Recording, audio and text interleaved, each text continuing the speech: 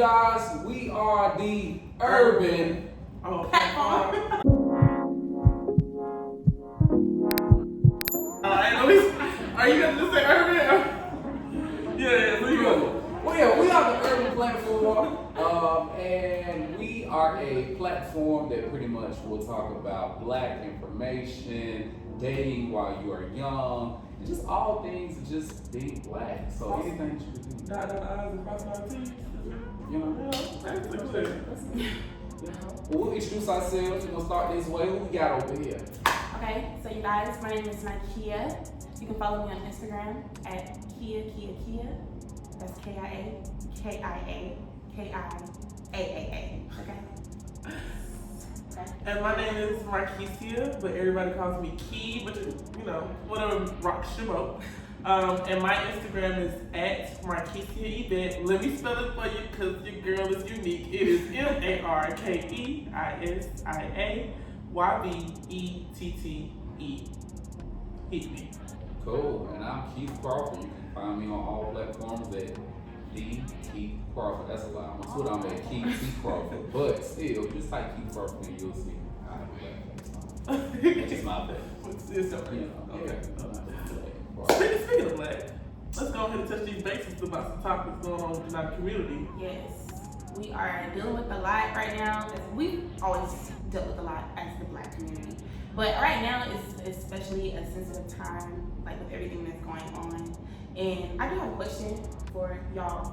And I was just wondering, like, with everything that's going on, all the protests, like, what do you feel? Do y'all feel like anything is different this time with the protests? Like, do y'all think that there's actually going to be a change implemented this time with the protests? Like, what do y'all think? For me personally, I feel like history definitely has been repeating itself. But history continuously repeats itself due to the justice system. I think a lot of things, us protests and stuff like that, is something very beneficial to see. But a lot of things are not going to probably change if those documentations don't get changed as well. Either we need to create more bills, or we need to start going against those things that were written in the past, because it was written in a way that Black people are not able to be able to be liberated. Yeah, you can say, okay, like you can be like, yes, we'll do this, yes, we'll do that, but we're still gonna be stuck. Right. So if we don't change that, it's gonna literally go to a full circle again.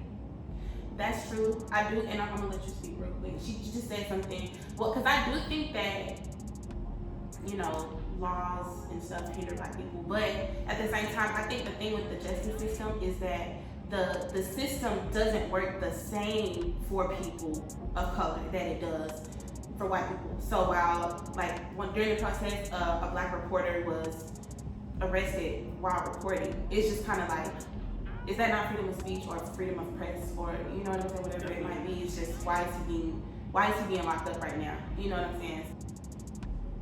I agree with both of you all.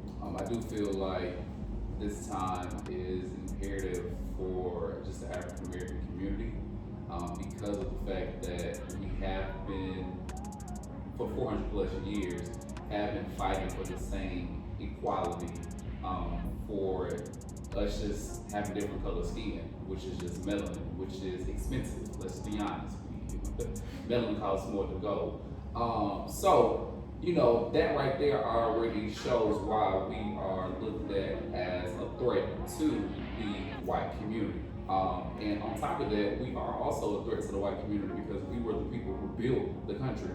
We were the people who took care of your kids when you went to work. We were the people who cooked your dinner when you came home. We were the people that cleaned your house when you did that. So we were the people that really was in the mud and actually working, although you was working, but we know who's really working.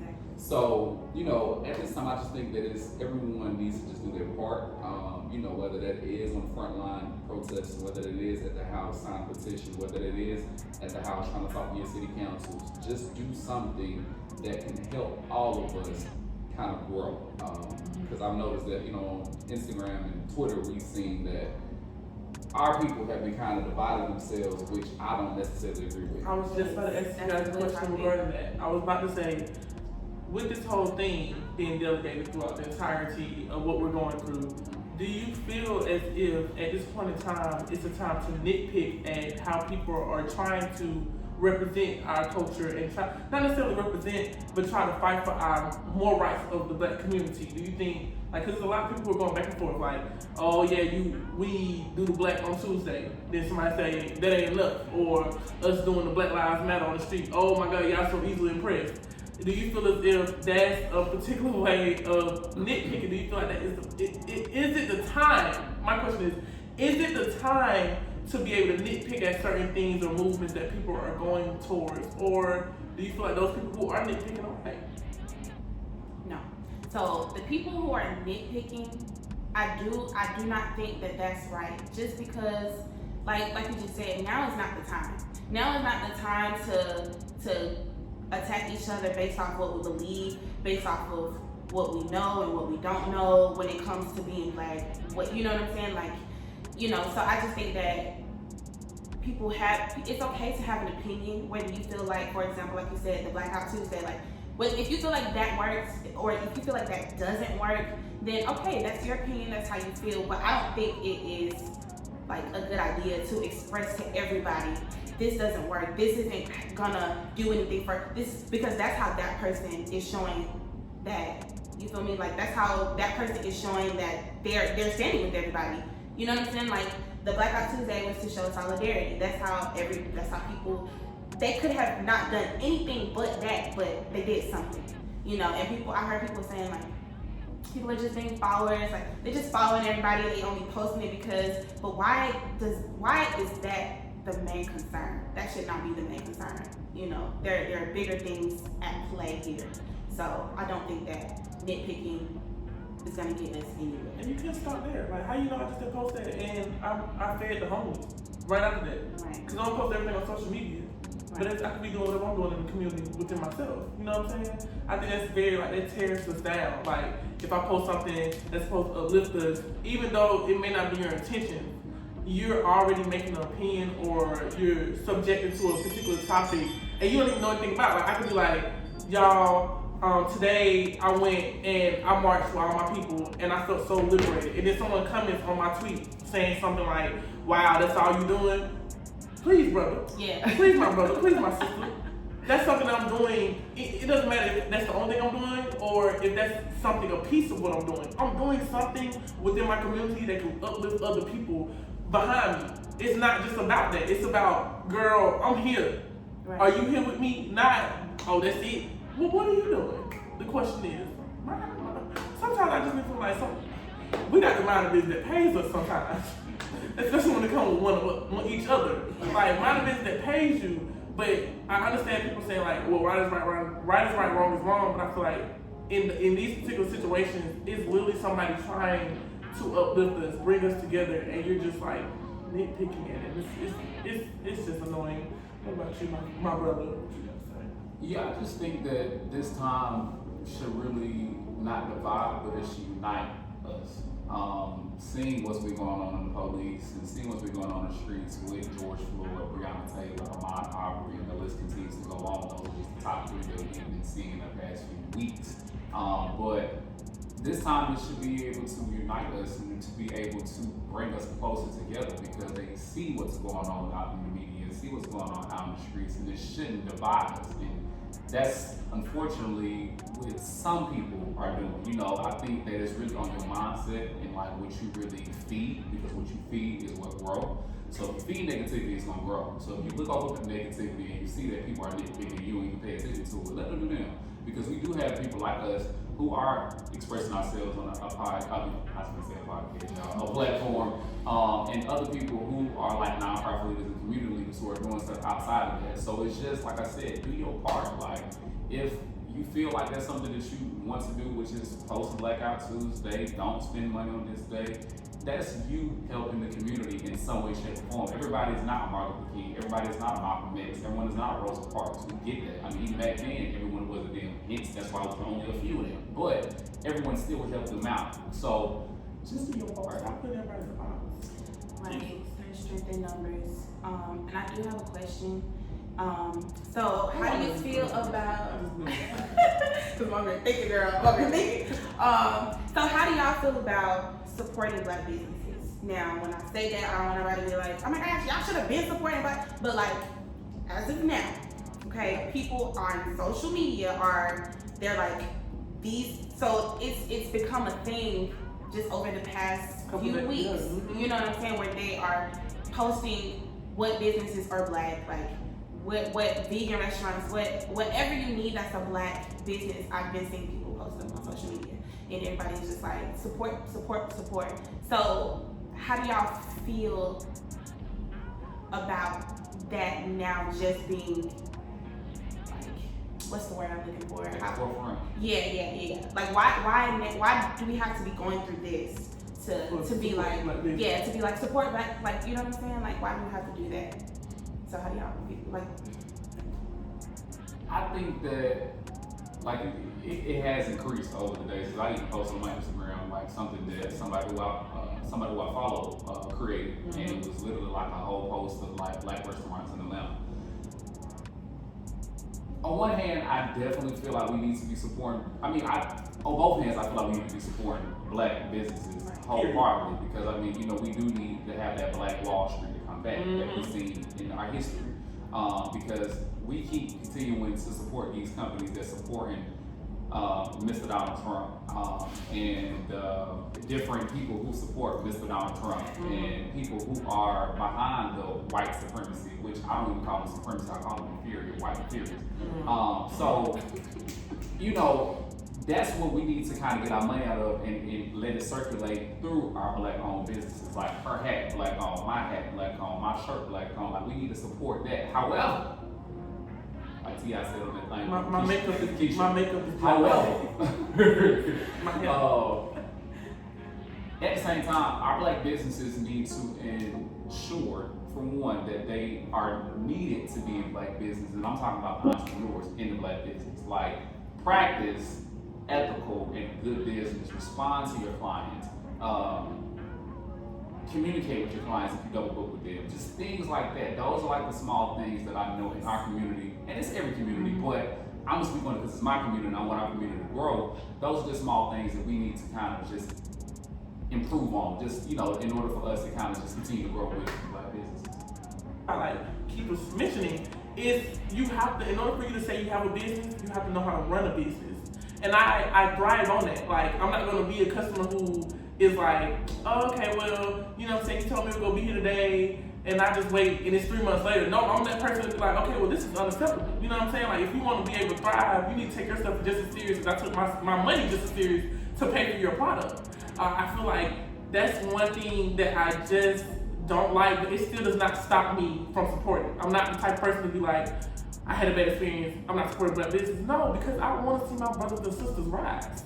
And if that means that I need to tell you, sis, bro, your customer service is off, I will let you know, because I feel like I'd rather see you on top than anybody else. right. I'd rather see you on top than anybody else. Or when I post things, people are asking me like, do you know anything for this? Do you know anything for that? I'm like, yes, girl, yes, let me put you on. Let me see you the link. Like, I'm very excited to see that this is the time, even though it took something so drastic for us to finally be fed up. I'm so happy and grateful that we are getting together and starting to just come back within our community, because I feel like that is something that's very essential. A lot of minorities have communities and blocks where it's just their race. Right. It's on their race. And I feel like that's what we're missing. We're missing a block where we can just go and it's mom's cleaners, it's Auntie Donna, it's that's the clothing store with all the hits. Like, we missing that block. And I feel like the more we help each other come up to that top, the much better we can be able to get this block with all of us and black businesses, having that Black Wall Street like you mentioned earlier. I'm excited to see it. I think we're going in that direction for sure. I think we are too. It takes us. It's our generation who is put up the forefront for this, and I think our generation definitely got a good head on their shoulders. I think especially with us marching and stuff. Speaking of marching, do you feel like a lot of people who are of this racial descent are bandwagoning, or they actually are there for the cause? I definitely think that most people are there for the cause, because because it's like a lot of people may have felt a way about it in the past when it's happened to people like Trayvon Martin, Eric Garner, you know, all those people. They might have felt something, but this man was literally, I mean, there have been countless amount of times where they have been caught on camera killing somebody. But in the video, it's just so you can just see him dying. Like, you can just see him dying. And people felt that, like, you know what I'm saying? So not just black people, but, you know, people are just like getting to a point where even the people that weren't saying anything are starting to be like, okay, look, like, we tired, even if they are tired of this protest, and they probably just like, look, we tired of this too. Like, we just are just, please, can y'all just stop? And that's kind of like where my train of thought was going, because I had seen people say, like, stop begging white people to say something, stop begging. Nobody is begging white people to do anything. What we're telling white people to do or asking is to just be vocal, say something, because white people listen to white people. And in the civil rights movement, things didn't change until white people started marching. Like, honestly, because black people can cry and riot and scream and be mad and do all this stuff, but the moment a white person says to another white person, like okay, so that's like, if I'm trying to explain to a white person why Black Lives Matter and they're saying all lives matter, they're literally not going to hear me. The chances of them hearing what I'm saying are just slim. But if another white person has a chance to break it down to them, there's a better chance that they might listen to that person simply because they are white. You know, so, and that's just my opinion. I do think that white people listen to other white people, even if it's reluctantly, even if they don't want to, like, they still listen to other white people. Being someone who actually went down there like protest, personally, I don't think that nobody's down there to bandwagon just because you really are putting your life at risk, because anything can happen. I'm talking about the police be down there with those rubber bullets, the tear gas, and like, they don't, I know in Atlanta, and I'm not for sure any other city, but Atlanta was put on a curfew this past week, and the curfew was at 9 o'clock, and at 9 o'clock, yeah, it was cool, like everybody had to go home, but it was already tear gas and throwing rubber bullets at people at like 8 o'clock. So that was already just like, what are y'all doing? But then too was like, you really put your life at risk if you go down there and protest, because you never know what can happen. It could be somebody who's not like with y'all, and that's really like against y'all, who can really throw something at y'all, or just anything can happen. So, I mean, if they are down at the bandwagon, I don't know, I don't see them, and if they are, God be with you. I mean, because you got to answer to him at the end of the day if you really doing that. But I just support and appreciate the people who are really down there, like, actually wanted to seek change and wanted to like actually affect change inside of our community. Because, like she said, we tired. Like, it's been 400 plus years that we have literally continuously had to fight for us just to have a seat at the table at the corporate office, have a seat at the table at the executive round table at your CNN, your TBS and stuff like that. And it's like, why is it taking y'all so long when statistics shows that black women, these two women right here are part of the statistic, are the most educated inside of the whole United States of America? So why would you want to have a black woman on your board who can really help y'all out when it comes to the battling between this and the third? Like, why would you want to do that when you have Sally or Karen? Because, you know, we talking Karen now. Karen is the name that we use for the, you know, for the white people. Karen at the table, who unfortunately is not qualified for the position, but because she's a legacy and her dad was the president or the vice president or the whatever the case would be at the executive round table, she was able to get that position because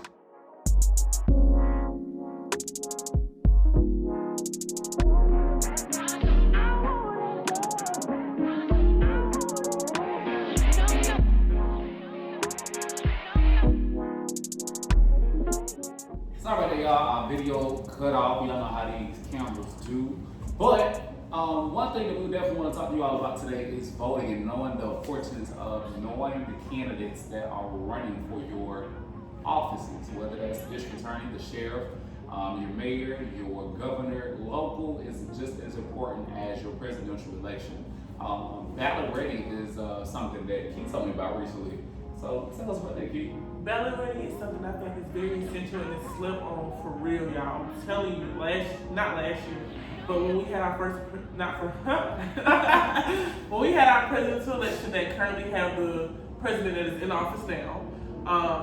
I was informed about Bella Reddy by a colleague at work, and it was something that was very vital for me to know. So that's why I informed Keith and also a lot of people on social media about Bella Reddy, because of the fact that literally you can put in your address wherever you at, and you can put in what political party you're a part of.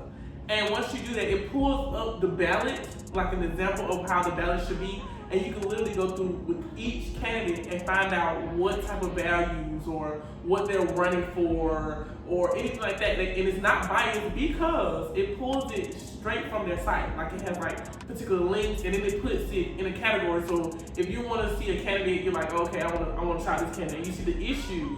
You can be able to look at those issues and see exactly what they're saying based upon their website on what they're running for regarding that issue and how they feel about it. And I feel like that is very, very, very, very beneficial, because a lot of people in our community tell us to go vote, but they don't tell us like the information we need. You know what I'm saying? Like I said, knowledge is power.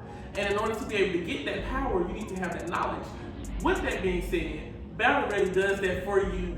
Listen out everything you need to know, and even give you previous candidates, you know, but it tries to keep it very up to date with what is going on now. And it's something that when I discovered it, I have not regretted one bit. You can print out your ballots even before you actually go. So if you was to forget, because I am very forgetful, I can print out my ballot, or I have it on my phone if they allow me to have it on my phone, or sometimes just print it out just in case. Have that whole thing ready, so when you get there, you ain't sitting there thinking about anything. And another thing that we want to touch on, I don't know if you mentioned the census. Come on, census 2020. Census 2020. We didn't mention. Okay. Yeah, so basically all you're doing is you're filling that census. It's super easy. You can do it online, and you're just telling how many people in your house, what their race is, basically their age, and things like that. It's not anything that's gonna negatively affect you. It's to help, basically like the community that you're in, and like funding in that community. So they need to know exactly, like for Black people, they need to know exactly how many Black people are in a specific area, so that they know what to fund, and you know what I'm saying? Because if they don't, if you don't fill out the census and they don't know that this many people are in that area, then they might cut out something that you need because they don't see the numbers for that specific thing.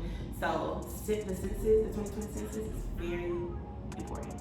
I remember you said something earlier before the camera cut off. Damn, you camera. But you said that with the census, that's where the changes really gonna come from. Yes. And voting and longevity.